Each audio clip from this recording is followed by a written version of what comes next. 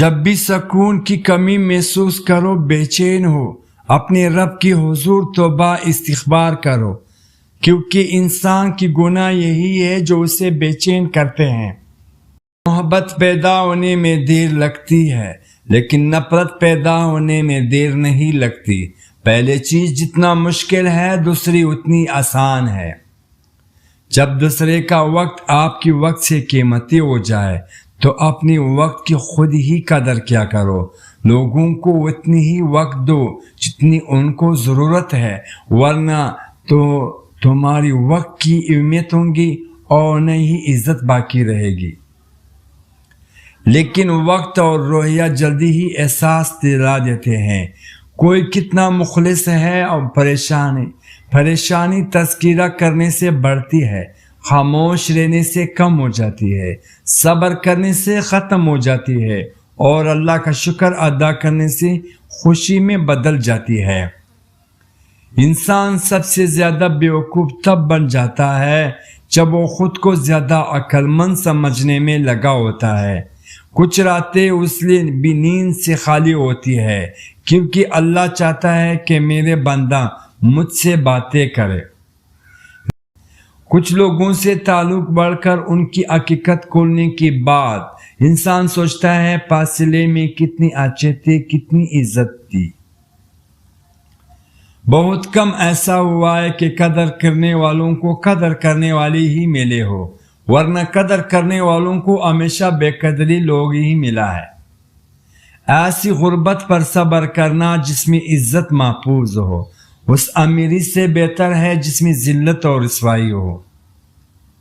اگر آپ کی آنکھ خوبصورت ہے تو آپ کو ساری دنیا اچھی لگے گی، اور اگر آپ کی زبان خوبصورت ہے تو ساری دنیا کو آپ اچھے لگے گی۔ انسان مکان بدلتا ہے، رشتے بدلتا ہے، دوست بدلتا ہے، لیکن پھر بھی دکھی رہتا ہے کہ وہ اپنا رویہ نہیں بدلتا۔ جس دن بچے کی جیب سے فضول چیزوں کی بجائے پیسے برآمد ہو تو سمجھ لینا چاہے کہ آپ اسے بے فکری کی نیند کبھی نصیب نہیں ہوں گی۔ انسان جتنا بھی گناہگار ہو، اللہ پاک اس کے لیے دعا کا راستہ اور اس کا دروازہ کبھی بند نہیں کرتا۔ ایسا کچھ نہیں جو رب سے پوشیدہ ہو، اور ایسا کچھ بھی نہ جو اس کی اختیار سے باہر ہو۔ اس کی در پہ سکون ملتا ہے، اس کی عبادت سے نور ملتا ہے۔ جو جگ گیا اللہ کی سجدے میں، اسے دل کا سکون ملتا ہے۔ مایوس ہونا چھوڑ دے، کیونکہ جو دروازے زمین والوں کی تدبیروں سے بند ہوتے ہیں، ان سے بڑے دروازے آسمان والوں کے فضل سے کھلتے ہیں۔ اپنے بچوں کو چکناہٹ اور میل کچل سے پاک رکھا کرو، کیونکہ شیطان انہیں سونگتا پھرتا ہے۔ بچہ خواب میں ڈرتا ہے اور بے چین ہو جاتا ہے اور رونے لگتا ہے۔ آپ جس کے ساتھ جتنا زیادہ مخلص ہیں، آخر میں وہی سب سے زیادہ دل دکھاتا ہے۔ روحانیت کی بلندی کو پانے کے لیے اپنے اندر کی گہرائیوں میں اترنا پڑتا ہے، تاکہ میں کو پکڑ کر اس کو پاؤں تلے کے چل سکوں۔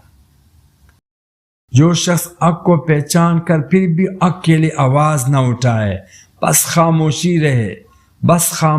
رہے، وہ شخص گنگا شیطان ہے۔ زندگی میں قسم، قدم اور قلم بہت سوچ سمجھ کر اٹھانا چاہیے۔ الفاظ ہی سب کچھ ہوتے ہیں، دل جیت بھی لیتے ہیں اور دل چیر بھی دیتے ہیں۔ اگر تم حق پر ہو تو کچھ بھی ثابت کرنے کی ضرورت نہیں، وقت خود گواہی دے گا تمہاری حق ہونے کی۔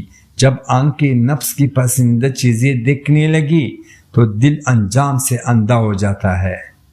بعض لوگوں کے مرنے سے بہت سے لوگ مر جاتے ہیں، پر بعض لوگوں کے مرنے سے بہت سے لوگ جینے لگتے ہیں، اور یہ اپنے کردار کا نتیجہ ہے۔ وضو جوانوں کی طرح کرو، نماز بڑوں کی طرح پڑھو، اور دعا بچوں کی طرح مانگو۔